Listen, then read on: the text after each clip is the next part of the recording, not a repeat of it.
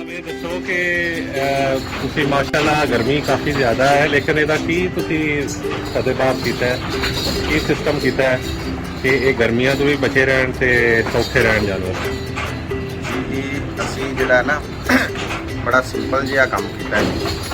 Solar ਪਲੇਟਾਂ ਲਗਾਈਆਂ ਹੋਈਆਂ ਨੇ ਤੇ ਯੂਪੀਐਸ ਲਗਾ ਕੇ ਤੇ ਅਸੀਂ 2 ਦਿਨ ਦੀ ਮਿਹਨਤ ਦੇ ਨਾਲ ਜਿਹੜਾ ਵਾਟਰ ਕੂਲਰ 에ਅਰ ਕੂਲਰ ਲਗਾਇਆ ਹੋਇਆ ਹੈ ਤੇ ਇਹ ਅਸੀਂ 15,000 ਰੁਪਏ ਦਾ ਵਾਟਰ ਕੂਲਰ ਖਰੀਦਿਆ ਹੋਇਆ ਤੇ ਉਸ ਤੋਂ ਬਾਅਦ ਕੋਈ ਯੂਪੀਐਸ 30,000 ਰੁਪਏ ਦਾ ਮਤਲਬ ਕਿ ਪਲੇਟਾਂ ਸਾਡੇ ਕੋਲ ਪਹਿਲੇ ਹੈਗੀਆਂ ਸੀ ਅਵੇਲੇਬਲ ਤੇ ਕੁਛ ਅਸੀਂ ਮਜ਼ਦੂਰੀ ਦਿੱਤੀ ਹੈ ਇਲੈਕਟ੍ਰੀਸ਼ੀਅਨ ਨੂੰ ਇਹ ਅਸੀਂ ਚਾਲੂ ਕੀਤਾ ਔਰ ਅਲਹਮਦੁਲਿਲਾ ਇਹਦਾ ਬਿਹਤਰੀਨ ਟੈਂਪਰੇਚਰ ਇੰਜੋਏ ਕਰ ਰਹੇ ਹੁੰਦੇ ਨੇ ਜਾਨਵਰ।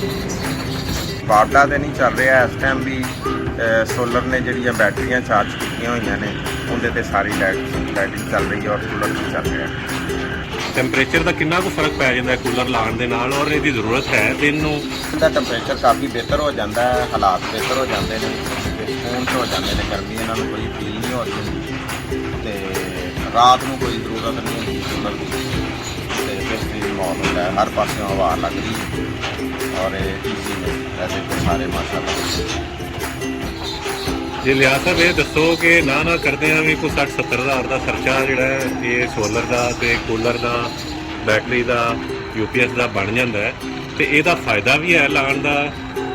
ਜੀ ਇਹਦਾ ਬਹੁਤ ਜ਼ਿਆਦਾ ਫਾਇਦਾ ਹੈ, ਬਜਾਏ ਇਸ ਦੇ ਕਿ ਅਸੀਂ ਕੋਈ 1 2 3 ਜਾਨਵਰ ਮਾਰ ਲਈਏ ਤੇ ਉਹ ਸਾਡੀ ਕੋਸਟ ਕਿੱਥੇ ਦੀ ਕਿੱਥੇ ਚਲੀ ਜਾਏਗੀ। ਇੰਨਾ ਖਰਚਾ ਤੇ ਉਸ ਤੋਂ ਜ਼ਿਆਦਾ ਸਾਡੇ ਉਹ ਜਾਨਵਰਾਂ ਨੇ ਜ਼ਾਇਆ ਕਰਾ ਦੇਣਾ। ਮੇਰਾ ਪਲੀਜ਼ ਇੱਕ ਵਾਰੀ ਚਲਾ ਕੇ ਦਿਖਾਇਆ ਜੀ। ਕੀ ਆਓ ਮੈਂ ਤੁਹਾਨੂੰ ਦਿਖਾਵਾਂ।